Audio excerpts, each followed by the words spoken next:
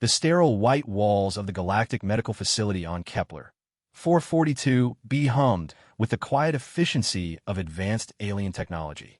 Dr. Zarathul, a tall, ethereal being from the Etherian Collective, adjusted her translucent robes as she reviewed the case file displayed on her holographic interface. The patient in question was unlike anything she had encountered in her 2 centuries of practicing xenobiology. Marcus Chun sat motionless in the corner of his assigned quarters, staring out at the amber sky through reinforced transparent steel. His human form appeared unremarkable by galactic standards: medium height, lean build, dark hair that had grown unkempt during his 3-month stay at the facility. But it was his eyes that disturbed the medical staff. They held a depth that seemed to contain entire universes of pain, yet reflected nothing back to those who dared to meet his gaze. The incident that brought Marcus to this place had shaken the very foundations of the Galactic Federation. He had been the sole survivor of the massacre on Research Station Omega-7, where a team of 12 species' finest scientists had been working on breakthrough technology for faster-than-light communication. When the rescue teams arrived, they found Marcus sitting among the bodies of his colleagues, covered in their blood, with no memory of what had transpired. The preliminary reports were damning. Security footage showed Marcus entering the main laboratory moments before all monitoring systems went dark. When emergency power restored partial surveillance, the carnage was complete. 47 beings from across the galaxy lay dead, their bodies torn apart with what appeared to be surgical precision. Marcus himself bore no injuries, no signs of struggle, and no explanation for his survival. Subject continues to exhibit complete amnesia regarding the events of 2387.156. Dr. Zarathul dictated to her recording device as she observed Marcus through the one-way observation panel. Neurological scans reveal unusual brain activity patterns, particularly in regions associated with memory and emotional processing. The subject claims no recollection of events spanning approximately 6 hours during the incident. What made Marcus's case even more perplexing was his apparent fragility since arriving at the facility. The man who had somehow survived an event that killed dozens of the galaxy's most brilliant minds now seemed unable to perform the simplest tasks without assistance. He struggled with basic coordination, forgot conversations within minutes of having them, and displayed what appeared to be severe psychological trauma. The Galactic Council had debated his fate for weeks. Some called for his immediate execution, convinced he was a dangerous weapon disguised as a victim. Others argued for intensive study, believing he might hold the key to understanding a new form of biological warfare. A small faction insisted he was genuinely suffering from a rare form of xenobiological shock syndrome. Dr. Zarathul fell into the latter category, though her conviction had wavered as the weeks passed. She had treated countless trauma victims from dozens of species, but Marcus's condition defied classification. His brain scans showed activity consistent with severe amnesia, yet there were anomalies, flashes of neural patterns that didn't match any known psychological profile. "Marcus," she said softly as she entered his quarters, her voice translated into perfect English by his universal implant. "How are you feeling today?" Marcus turned slowly, his movements deliberate and careful, like those of someone recovering from severe injury. His eyes focused on her with apparent difficulty. "Better, I think. The headaches are less frequent." His voice carried a tremor that had become familiar to the medical staff, the sound of a man barely holding himself together. "That's good to hear. I want to discuss your progress with our memory reconstruction therapy. The neural technicians believe they may have found a way to safely access some of your blocked memories." A flicker of something, fear, perhaps, or resignation, passed across Marcus's features. "I'm not sure I want to remember. What if I really did kill them all? What if I'm some kind of monster?" Dr. Zarathul settled into the chair across from him, her elongated fingers interlaced in her lap. Despite her alien appearance, pale blue skin that seemed to shift like water, and large opalescent eyes, her manner was comfortingly maternal. "The evidence doesn't support that theory, Marcus. Your psychological profile shows no indicators of violent tendencies, no history of aggression. Your colleagues' reports from before the incident described you as gentle, almost to a fault. Then, how do you explain what happened?" Marcus's voice cracked. 47 people died, Dr. Zarathul. 47 brilliant, wonderful beings who were working to make the galaxy a better place. And I'm the only one left. How is that not my fault? The doctor had heard this conversation dozens of times, with minor variations. Marcus's guilt was genuine. She was certain of that. But guilt and innocence weren't mutually exclusive. She had seen war veterans who felt crushing responsibility for deaths they couldn't have prevented, and perpetrators who felt genuine remorse for their actions. "Let me show you something," she said, activating a holographic display between them. The three-dimensional image showed the research station as it had been found, a testament to destruction that still made her pause despite having reviewed it countless times. The bodies were arranged in what appeared to be random positions throughout the facility, but the forensic analysis had revealed disturbing patterns. Each victim had been killed by wounds that targeted specific vital organs with impossible precision. The Voltharan engineers' 3 hearts had been pierced in perfect synchronization. The crystalline prism being had been shattered along molecular fracture lines that would have required intimate knowledge of their species' physiology. Even the cybernetic Nexus collective member had been killed by damage that specifically targeted the biological components within their technological form. Look at this carefully, Marcus. These weren't random killings. They weren't even the work of someone in a violent rage. Each death was carried out with surgical precision, targeting vulnerabilities that would require advanced knowledge of at least 12 different species' anatomies. That's not something a human researcher specializing in quantum communications would possess. Marcus studied the hologram with an expression of growing horror. Then what killed them? Some kind of assassin droid? A bioweapon? We've considered every possibility. The station's security was impenetrable. No unauthorized entities could have entered or left. The environmental systems show no trace of chemical or biological agents. Whatever happened came from within the station itself. The implication hung heavy between them. Dr. Zarathul watched Marcus's face carefully as he processed the information. She saw confusion, fear, and genuine anguish, but nothing that suggested recognition or hidden knowledge. "I want to remember," Marcus said finally, his voice barely above a whisper. "Even if it destroys me, these people deserve to know what happened to them." Dr. Zarathul nodded solemnly. "The procedure isn't without risks. Forced memory recovery can cause severe psychological trauma, especially in cases involving amnesia this complete. But our specialists believe they can establish safe parameters. When? Tomorrow, if you're certain. But, Marcus, there's something else you need to know." She paused, choosing her words carefully. "The Galactic Council has been patient with our investigation, but their patience isn't infinite. There are political pressures building. Some council members want you tried for mass murder. Others want you handed over to their intelligence services for interrogation. If we can't provide answers soon, the decision may be taken out of our hands." Marcus closed his eyes, and, for a moment, Dr. Zarathul thought she saw something shift in his expression, a momentary tightening around his eyes that spoke of calculation rather than fear. But when he opened them again, he was the same broken man she had been treating for months. "I understand. We'll proceed with the memory recovery."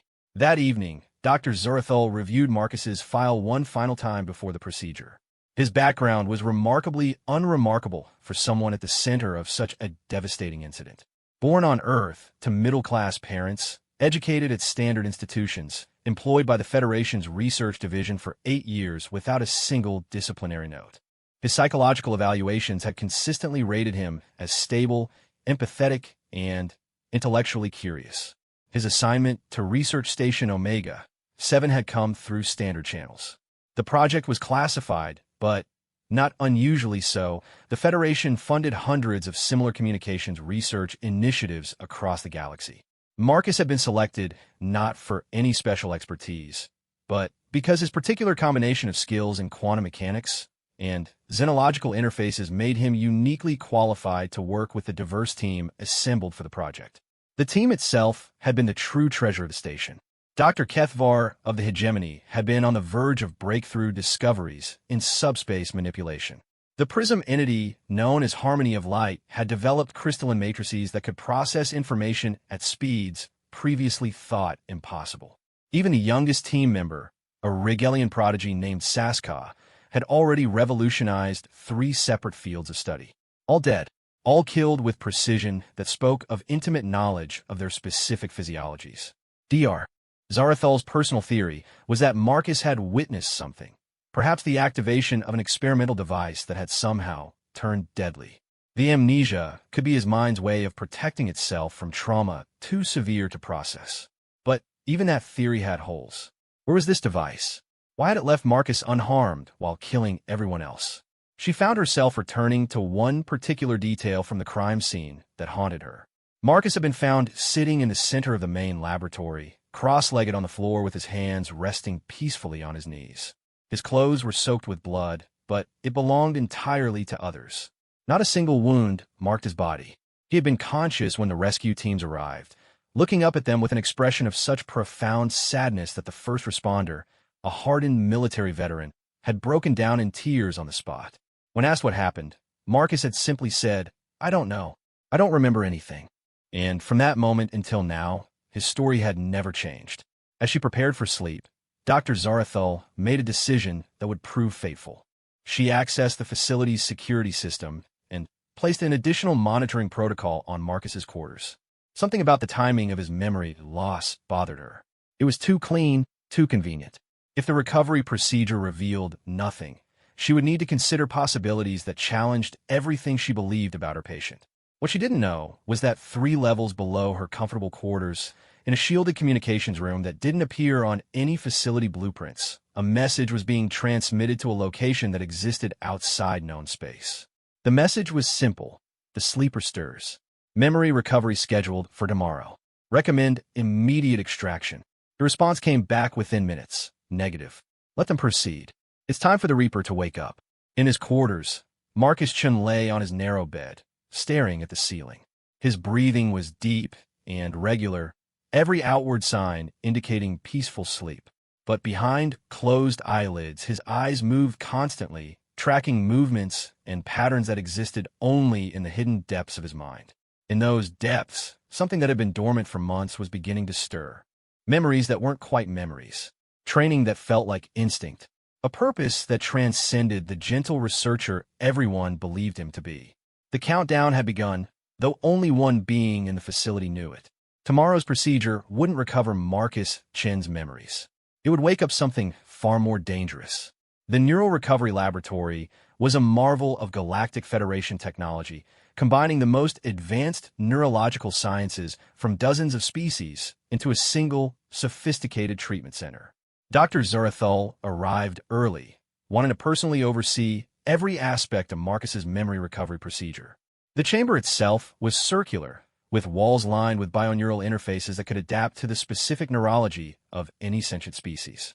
Marcus was already there when she arrived, sitting calmly in the preparation area while Technician Veltar, a 6-armed hexapod specialist, attached monitoring nodes to his temples and neck. Despite the magnitude of what they were about to attempt, Marcus appeared remarkably serene, more composed than she had seen him since his arrival at the facility. "How are you feeling, Dr. Zarathul asked as she reviewed the equipment readings on her tablet. "Ready," Marcus replied simply. His voice carried none of the tremor that had characterized his speech for months. "I need to know what happened to them." Dr. Veltar completed the final connections and stepped back, his multiple arms moving in fluid coordination. All neural interfaces are active and responding normally. Brain activity patterns are unusual, but within acceptable parameters for the procedure. Dr. Zarathul frowned at her readings. Marcus's brain activity had indeed changed since yesterday. The chaotic patterns that had suggested severe trauma were gone, replaced by something that almost looked like anticipation. She made a note to investigate this after the procedure. "Marcus, before we begin, I need to explain exactly what will happen. The neural recovery process involves stimulating specific regions of your brain while monitoring for traumatic stress responses. If we encounter memories that appear to be causing psychological damage, we'll immediately halt the procedure. Do you understand?" "I understand. But Dr. Zarathul, I want you to promise me something." Marcus turned to look directly at her, and for a moment, his eyes seemed different, more focused, more aware than she had ever seen them. "No matter what we find, no matter what I remember, I want you to complete the procedure. Don't stop because of what you think it might do to me." "Marcus, I can't make that promise. My first responsibility is to your well-being. My well-being doesn't matter." The sudden intensity in his voice made both Dr. Zarathul and Technician Veltar step back. Then, as quickly as it had appeared, The fire in Marcus's eyes dimmed back to the familiar broken expression. I'm sorry. I didn't mean to shout. It's just 47 people are dead. If there's even a chance of learning what happened to them, we have to take it. Dr. Zarathul studied his face carefully. The outburst had been completely out of character, but his reasoning was sound. She nodded slowly. Very well, but we proceed carefully, and if I determine the risk is too great, the decision is mine to make. They moved into the treatment chamber, where Marcus was positioned on a bioadaptive chair that molded itself to his human physiology. Additional sensors were attached to monitor his vital signs, neural activity, and stress hormones. The room dimmed as the neural recovery matrix came online, casting everything in a soft blue glow. Beginning Phase 1, Dr. Veltar announced, stimulating hippocampal regions associated with recent memory formation. Marcus's body tensed as the first wave of neural stimulation began. On the monitors, his brain activity spiked, showing the chaotic patterns typical of forced memory recall. But something was wrong. The patterns were too organized, too controlled for someone experiencing genuine amnesia recovery. I see the station, Marcus said, his voice distant and dreamy. We were working late. The project was almost complete. Dr. Kethvar was excited about something he'd discovered in the quantum resonance data. Dr. Zarathul leaned forward. This was the first time Marcus had recalled any specific details about the night of the incident. What kind of discovery? The subspace communication array wasn't just capable of faster-than-light messaging. It could access other dimensions. Parallèles réalités. Kethvar thought we'd accidentally created a window into alternate versions of our own universe. The readings on Marcus's monitors began to fluctuate wildly. His heart rate increased, but his neural patterns remained surprisingly stable. Dr. Zarathul had never seen anything like it. The physiological signs of extreme stress combined with brain activity that suggested perfect cognitive control. Increase stimulation to the prefrontal cortex, she instructed. Let's see if we can access the specific memories of what happened next. As the second phase of the procedure began, Marcus's entire body went rigid. For several seconds, his vital signs flatlined completely. Not death, but a suspension so complete it was as if his entire biological system had simply stopped functioning. Then he opened his eyes. Dr. Zarathul immediately knew something fundamental had changed. The confusion, the fragility, the broken quality that had defined Marcus for months was gone. In its place was something that made her instinctively step backward from the treatment chair. Fascinating technology, Marcus said, his voice completely different, calm, analytical, and utterly cold.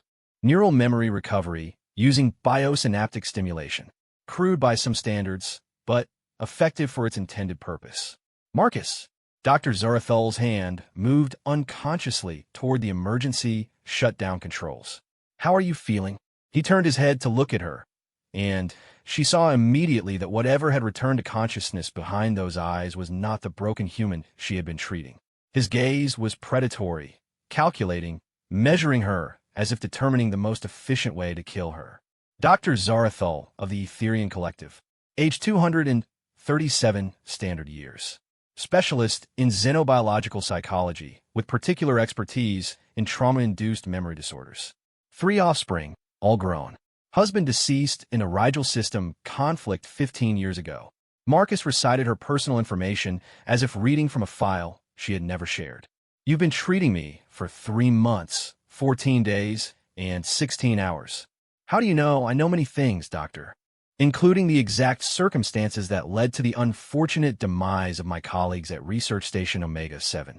Marcus sat up slowly, the monitoring nodes pulling free from his skin without him seeming to notice. Would you like me to share my memories of that evening? Dr. Veltar was already reaching for the security alert, but Marcus's voice stopped him.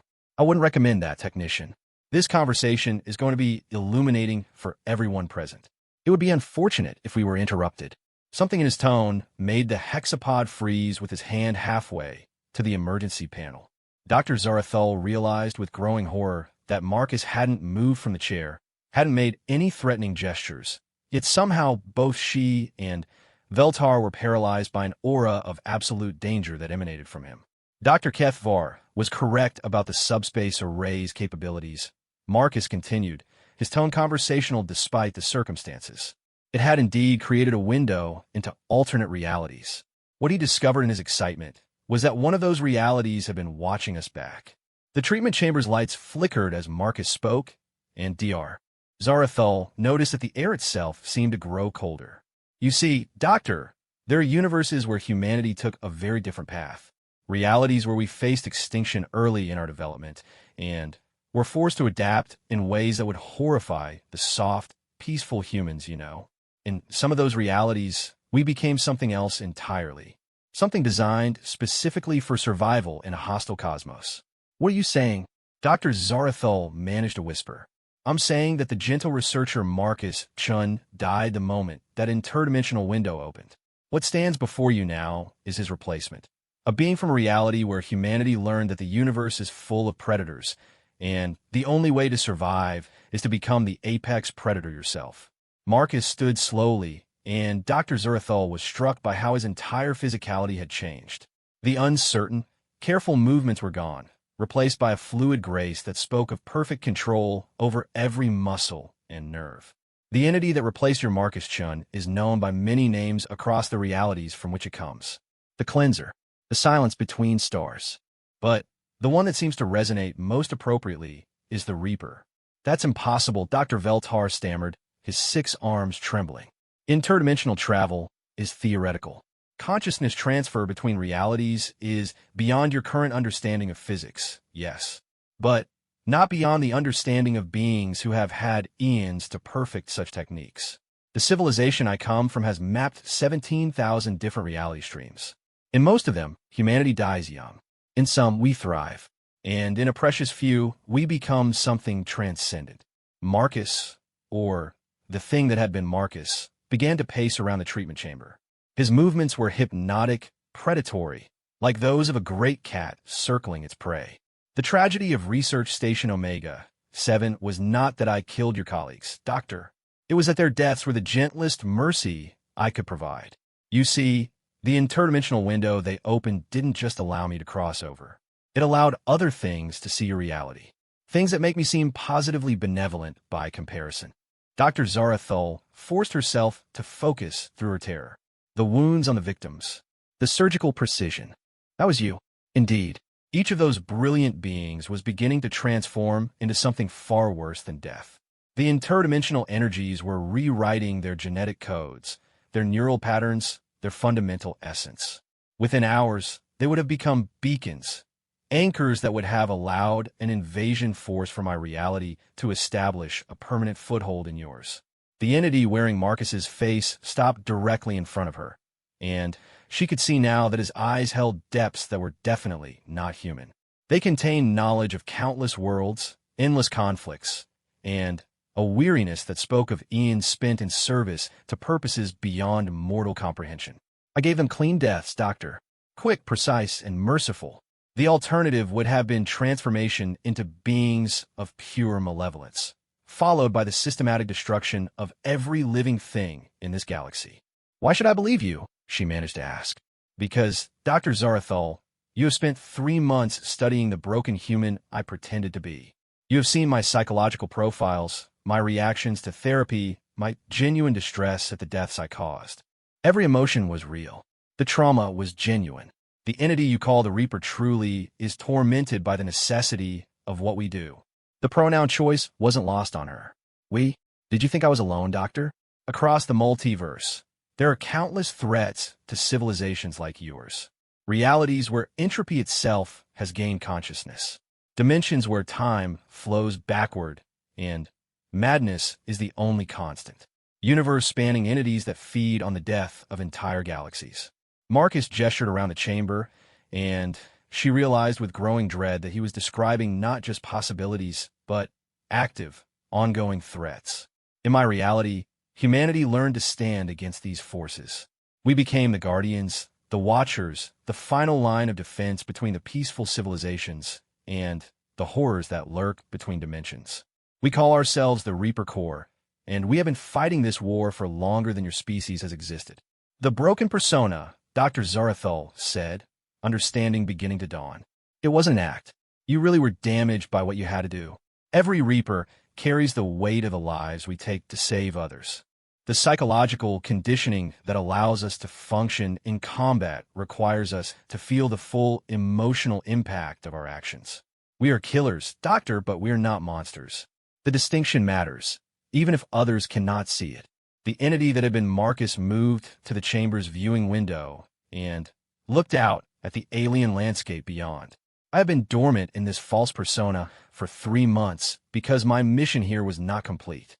The interdimensional breach at Research Station Omega-7 was sealed, but it was only one of several access points being established across this galaxy.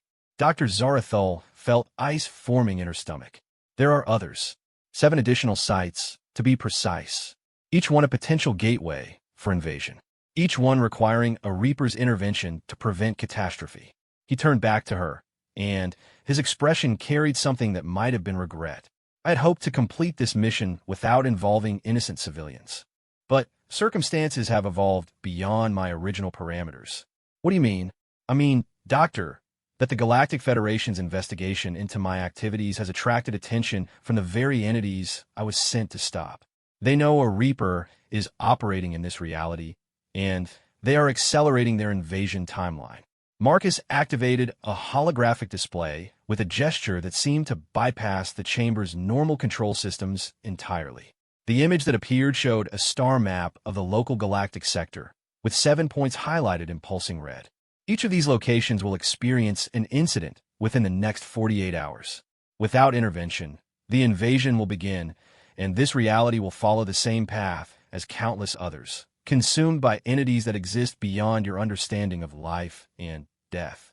Dr. Zarathul stared at the star map, recognizing several of the marked locations as major population centers. How many people? Approximately 4 billion souls in the immediate impact zones. Within 6 months, the contagion will have spread across the galaxy. Within 2 years, it will have consumed everything. The weight of what he was describing crashed down on her like a physical blow. What do you need from us? Nothing, Doctor. My mission parameters are clear. I will proceed to each location and eliminate the threats. The price in innocent lives will be significant, but far less than the cost of inaction. Wait. Dr. Zarathul stepped forward, her scientific mind grappling with possibilities. You said you hoped to complete the mission without involving civilians. That suggests there's another option. The entity wearing Marcus's face tilted his head, studying her with those impossible eyes. There is, but it would require the cooperation of the Galactic Federation's military forces, complete transparency about the nature of the threats we face, and acceptance of tactics that your civilized societies would find abhorrent. Tell me, the 7 breach points can be contained rather than eliminated.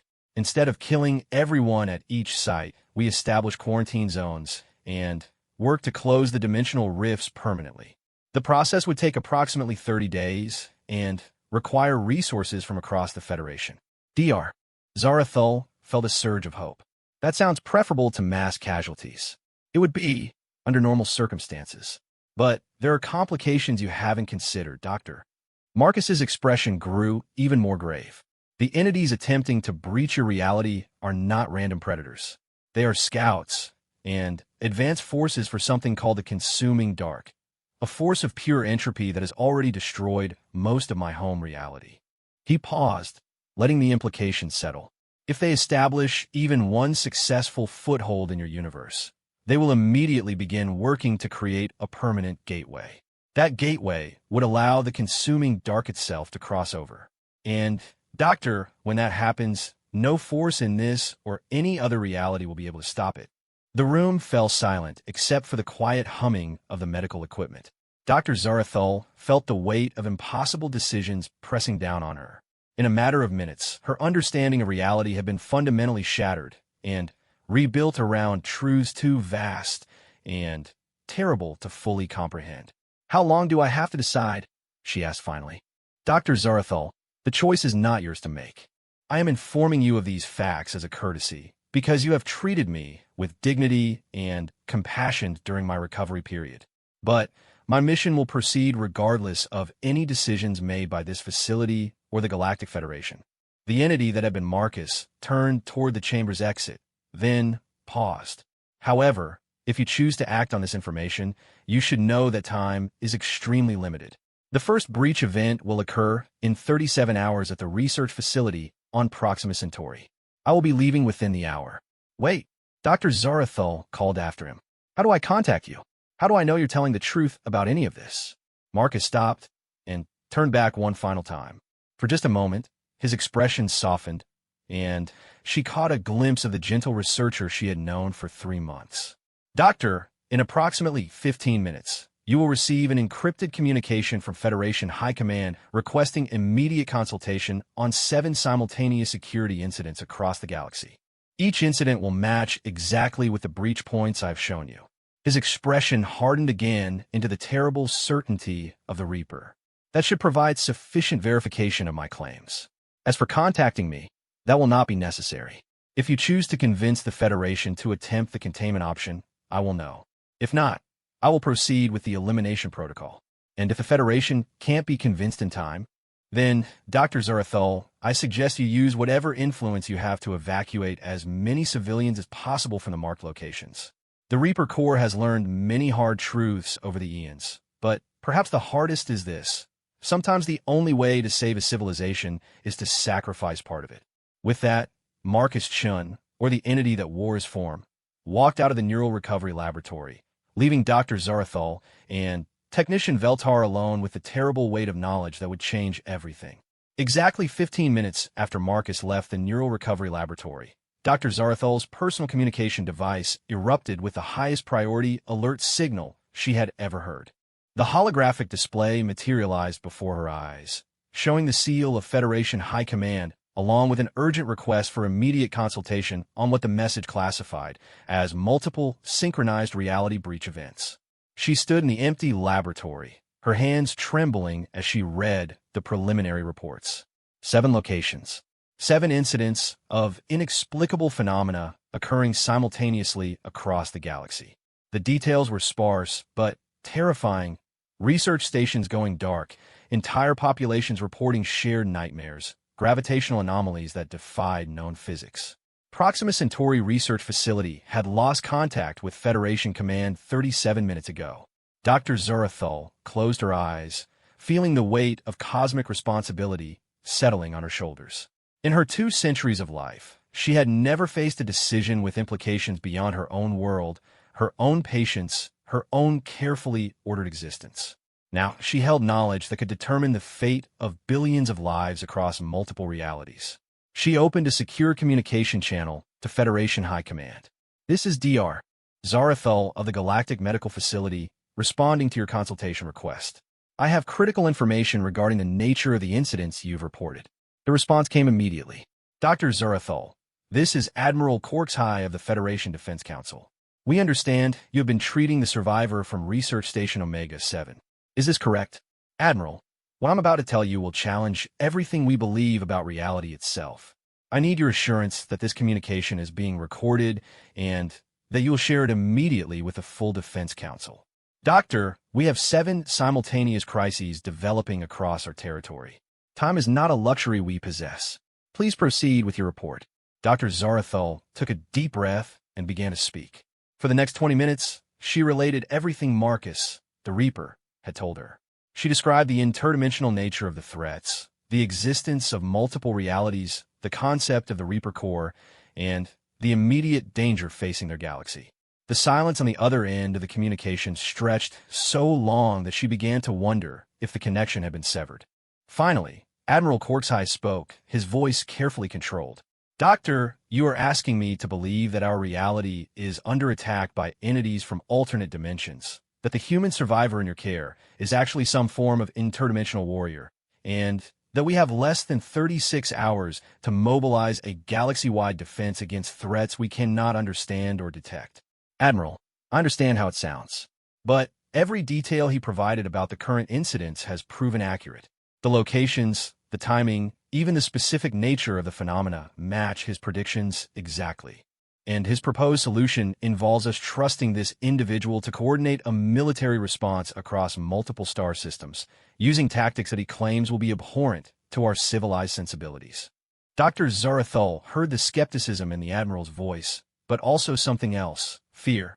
The preliminary reports from the 7 incidents were clearly worse than the Federation was willing to admit publicly. Admiral, what exactly is happening at those locations? Another long pause. Then, Dr. Zarathul, I am about to share classified information with you. The incident at Proxima Centauri began with the research staff reporting shared nightmares involving entities that seemed to exist partially outside normal space-time. Within hours, security footage showed the researchers beginning to change, not just psychologically, but physically. Her blood went cold. What kind of changes? Their bodies appeared to be restructuring themselves at a cellular level. They retain their intelligence, their memories, their personalities. But they are becoming something else. Something that our xenobiologists cannot classify or understand. And, Doctor, they're showing capabilities that should be impossible. What kind of capabilities? They appear to exist in multiple locations simultaneously. They can manipulate matter at a quantum level without technology. And, most disturbing of all, they seem to be attempting to communicate with entities that exist outside our observable universe. Dr. Zarathul felt sick. Everything Marcus had told her was proving true in the most horrifying way possible. Admiral, have you had any contact with the entity that was formerly Marcus Chen? No. He departed your facility 43 minutes ago and has since disappeared completely from our tracking systems. It's as if he simply ceased to exist in any detectable form.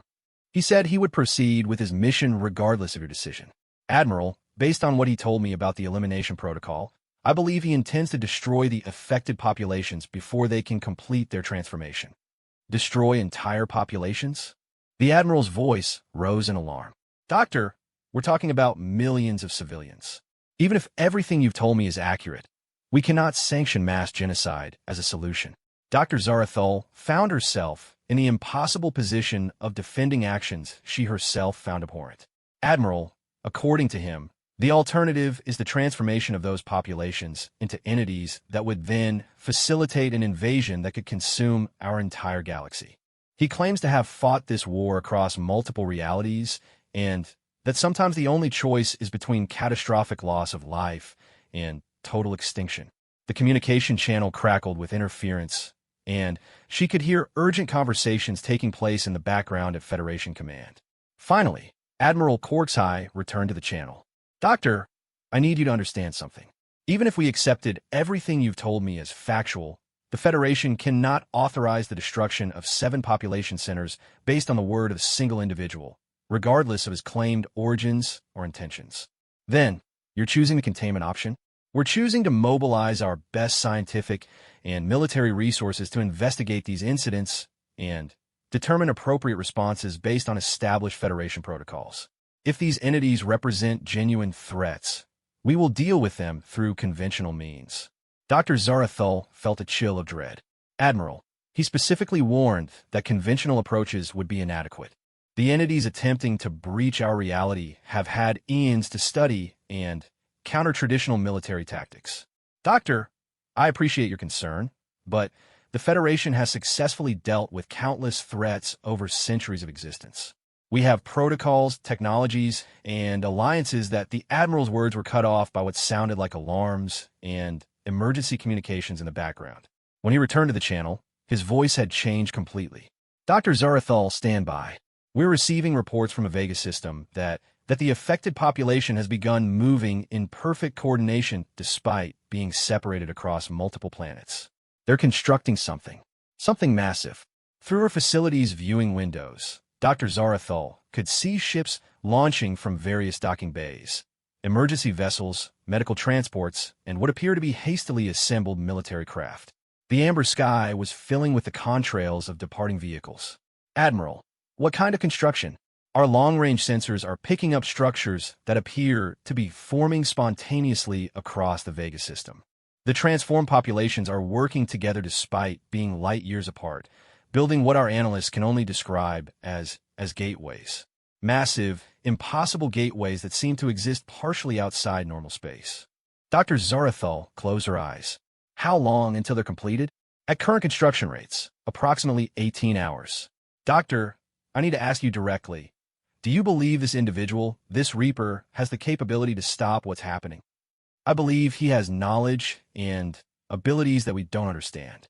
But, Admiral, the cost, Doctor, I'm looking at projections that suggest these gateways, once completed, could facilitate the arrival of entities capable of consuming our entire galactic cluster. We're not talking about millions of lives anymore. We're talking about trillions. The terrible mathematics of cosmic warfare were becoming clear. Dr. Zarathul found herself understanding why the Reaper Corps had developed such ruthless tactics. When the stakes were measured in galaxies rather than planets, conventional morality became inadequate. Admiral, if you're considering authorizing his intervention, I need to warn you about something he told me. He said that the Federation's investigation into his activities had attracted attention from the entities he was fighting. Our own actions may have accelerated their invasion timeline. Explain. According to him, the original plan involved 7 breach points opening gradually over several months, allowing him time to deal with each one individually.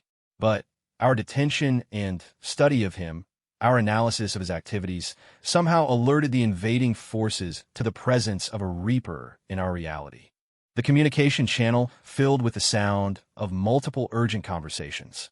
She could hear voices discussing evacuation procedures, military deployments, and what sounded like increasingly desperate attempt to understand phenomena that defied known science. Dr. Zarathul, Admiral Korksai, said finally, I'm being advised that our conventional forces are completely ineffective against the transformed populations. Energy weapons pass through them without causing damage. Physical projectiles are somehow deflected by fields we cannot detect. And, most disturbing of all, they appear to be learning from each encounter, adapting their defenses in real time. Admiral, you have to contact him. You have to accept his help. Doctor, even if we wanted to, we have no way to communicate with this individual. He has disappeared completely from our sensor networks. As if in response to their conversation, every display screen in the medical facility suddenly activated simultaneously. The image that appeared showed Marcus standing in what appeared to be the bridge of a ship that belonged to no known design. Behind him, viewports revealed a star field that seemed to shift and flow like liquid light. Admiral Korksai, Marcus's voice came through the communication channel with crystal clarity. I've been monitoring your discussion with Dr. Zarathul. I commend your efforts to find alternative solutions, but I must inform you that the window for containment has closed. You're the entity claiming to be from an alternate reality? The Admiral's voice carried a mixture of skepticism and desperate hope. I am a Reaper of the Corps, sent to prevent the invasion of your reality by forces that have already consumed 17 galaxies in my home dimension. In the past 47 minutes, the breach events have accelerated beyond all previous parameters. Marcus gestured, and the viewports behind him revealed a sight that made Dr. Zarathul's breath catch in her throat. Massive structures were emerging from empty space around distant stars, geometric impossibilities that hurt to look at directly, as if they existed in more dimensions than the mind could process. The enemy has committed to full-scale invasion. They're no longer attempting subtlety or gradual infiltration.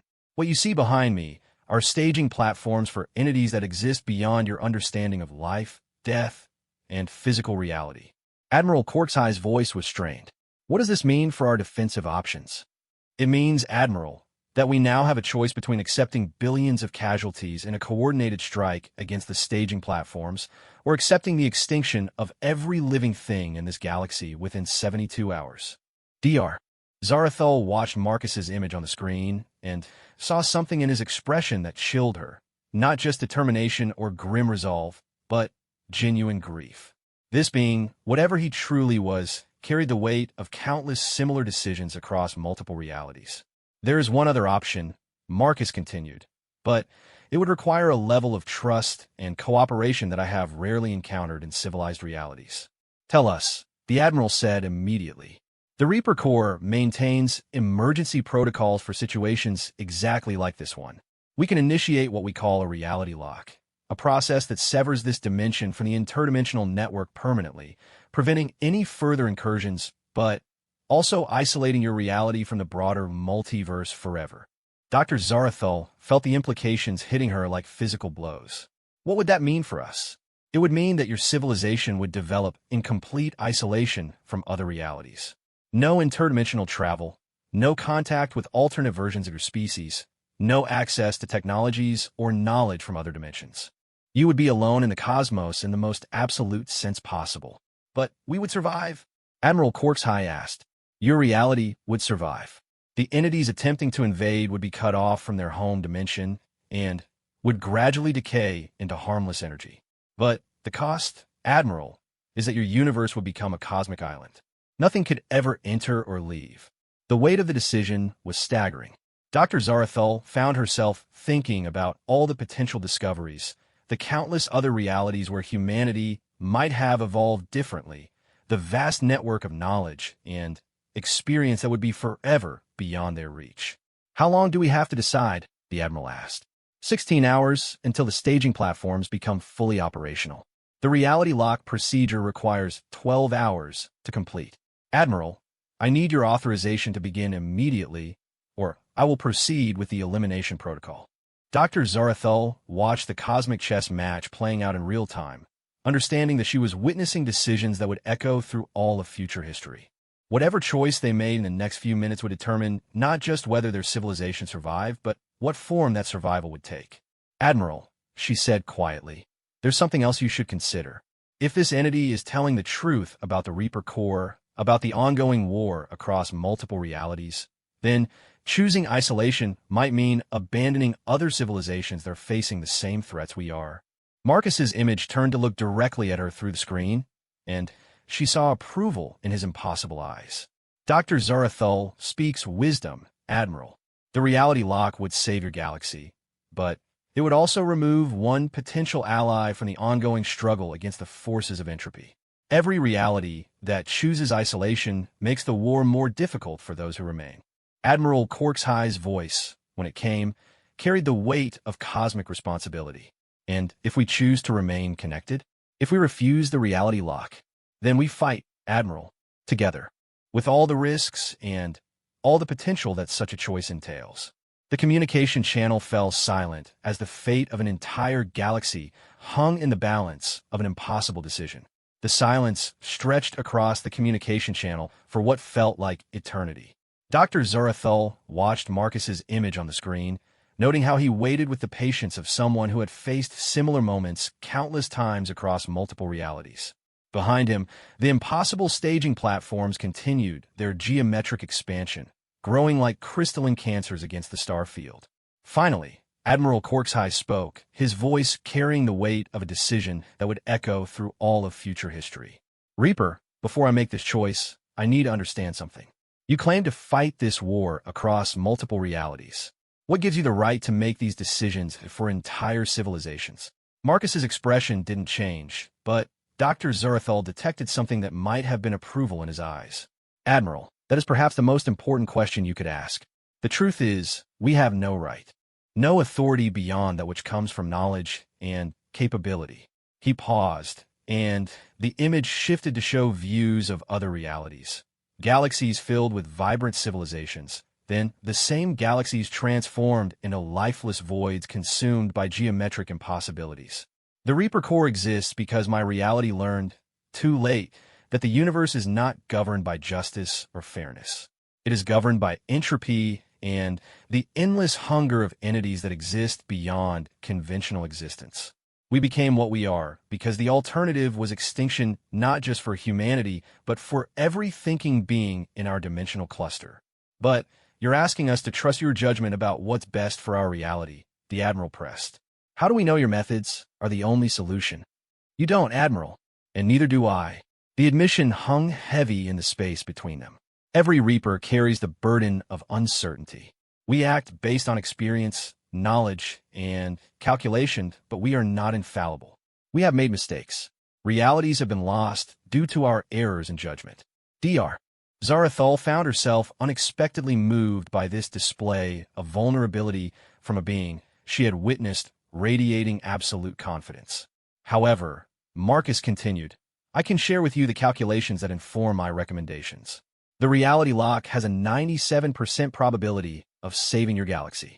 Fighting with conventional methods has a 12% probability of success. Attempting to fight alongside the Reaper Core increases your chances to 63%, but carries a 15% risk of accelerating the spread of the consuming dark to adjacent realities. Admiral Corkshai's response was immediate. What happens to us if we choose to fight and lose? Total extinction within 72 hours. followed by the transformation of your galaxy into a staging ground for attacks on neighboring realities. Your deaths would facilitate the eventual destruction of approximately 40 billion additional lives across multiple dimensions. The brutal mathematics of cosmic warfare laid bare. Dr.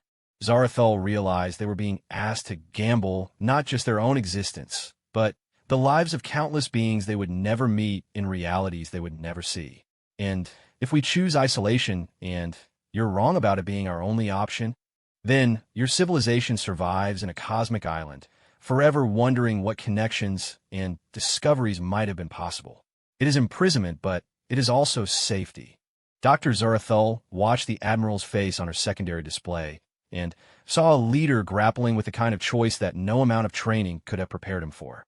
She found herself thinking about her own life, her work with countless species, the rich tapestry of galactic civilization that had taken millennia to develop. "Reaper," she said, surprising herself by speaking up, "you mentioned that civilizations sometimes choose to fight alongside your core. What would that actually entail?" Marcus turned his attention to her, and she saw something that might have been respect in his expression. "Dr. Zarathul, it would mean accepting that your reality has become a battlefield in a war that spans multiple dimensions. It would mean learning to fight enemies that exist partially outside conventional physics. It would mean accepting casualties and making sacrifices that peaceful civilizations find abhorrent. But it would also mean retaining our connections to the broader multiverse. Yes, and more than that, civilizations that successfully resist the consuming dark often emerge stronger, more capable, more unified than before. The shared struggle creates bonds that transcend species, ideology, and individual interests." Admiral Cortai's voice cut through their exchange. "Reaper, I need specific information about what you would require from the Federation if we chose to fight. Complete military coordination across all member worlds. Immediate evacuation of civilian populations from the 7 breach points. Authorization for tactics that include the controlled destruction of infected territories. And, most critically, the understanding that Federation forces would be operating under Reaper core command structure for the duration of the conflict." Dr. Zarathul heard the sharp intake of breath from the Admiral. "You're asking us to surrender command of our own military forces. I'm asking you to accept that traditional military hierarchies are inadequate when fighting entities that exist across multiple dimensional planes simultaneously. Admiral, your forces are brave and well-trained, but they have no experience with enemies that can attack from the past and future simultaneously." As if to emphasize his point, alerts began sounding across the facility's communication systems. Dr. Zarathul's medical scanner activated on its own, displaying readings that showed impossible spikes in dimensional energy across the entire star system. "What's happening?" she asked. Marcus's expression became even more grave. "The staging platforms have begun preliminary attacks. They're testing your reality's defensive capabilities by sending probe entities through temporal displacement fields." Admiral Cortai's voice was strained. "Explain in terms I can understand." "They're sending scouts backward through time to attack your defensive positions before you've established them. Admiral, you have approximately 40 minutes before your current command structure ceases to exist because they will have eliminated it in the past." The impossibility of fighting such an enemy began to sink in. Dr. Zarathul felt her understanding of causality and linear time crumbling under the weight of cosmic warfare that operated beyond conventional physics. "How do we defend against something like that?" the Admiral asked. "By accepting that the rules of reality as you understand them are insufficient for this conflict. By trusting entities who have learned to fight in multiple dimensions simultaneously. By becoming something more than what you currently are." Dr. Zarathul found herself thinking about the broken human she had treated for 3 months.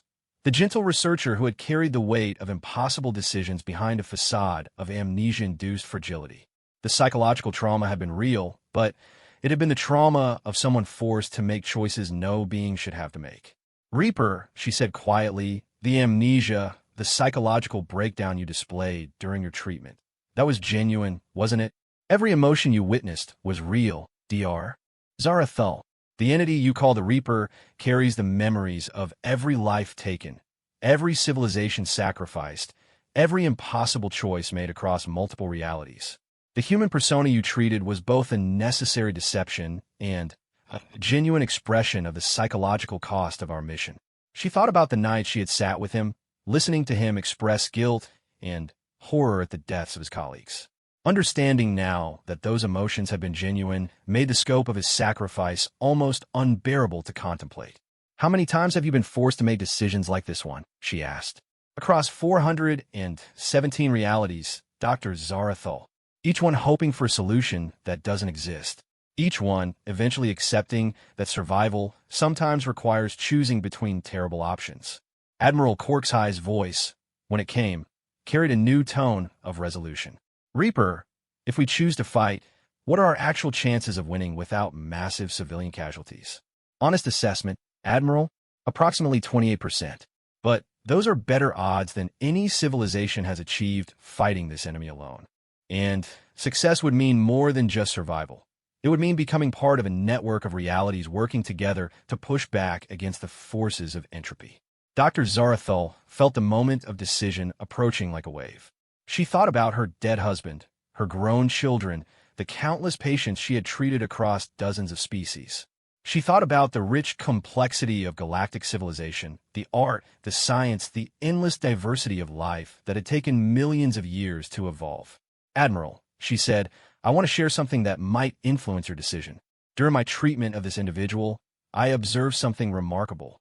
Despite carrying the weight of unimaginable responsibility, despite being forced to make choices that would destroy most people psychologically, he never lost his fundamental compassion for others." She looked directly at Marcus's image on the screen.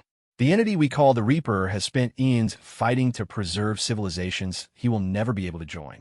He carries the trauma of necessary evils so that others can continue to live in peace. That level of self-sacrifice suggests to me that his guidance can be trusted." Marcus's expression softened almost imperceptibly. "Dr. Zarathul, your compassion during my recovery was a reminder of why these battles are worth fighting. Beings capable of such kindness toward a broken stranger are worth preserving." Admiral Corkshigh was silent for a long moment. When he spoke, his voice carried the weight of absolute decision. "Reaper, I cannot make this choice alone. I'm calling an emergency session of the Federation Council. We'll have a decision within 30 minutes. Admiral, based on the acceleration of enemy activities, you have 18 minutes before temporal attacks begin affecting your command structure. After that point, conventional decision-making processes will become impossible." The stark reality of their situation was becoming clear. They were being asked to make the most important decision in their civilization's history while under direct attack from enemies that operated outside the normal flow of time itself. "Then, we'll decide in 18 minutes, the Admiral said grimly. "Reaper, assuming we choose to fight, what would be your immediate requirements?" "Evacuation of all civilian populations from the 7 breach points within 6 hours. Military forces moved to specific coordinates I will provide, equipped with weapons modified according to Reaper Corps specifications. And Admiral, psychological preparation for casualties that will include not just deaths, but transformations of your personnel into entities that were once your allies." Dr. Zarathul felt sick at the implications. "You mean our own people could be turned against us?" "The consuming dark specializes in corruption rather than simple destruction, Doctor. It prefers to turn civilizations against themselves. You must be prepared to fight enemies that were familiar faces and speak with trusted voices." The full horror of what they were contemplating began to sink in. This wasn't just a war. It was a battle for the fundamental nature of reality itself, where victory would require them to destroy corrupted versions of their own friends and colleagues.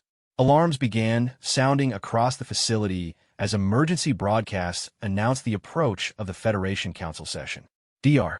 But he had also been just one facet of something far larger, a being forged by necessity into the ultimate guardian, carrying the hopes and fears of countless realities on his shoulders.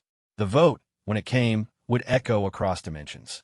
But, regardless of the outcome, Dr. Zarathul knew she had witnessed something extraordinary, the moment when her civilization was forced to evolve beyond its comfortable understanding of reality and choose what kind of future it wanted to fight for. The countdown continued, and, with it, the transformation of everything they thought they knew about their place in the cosmic order.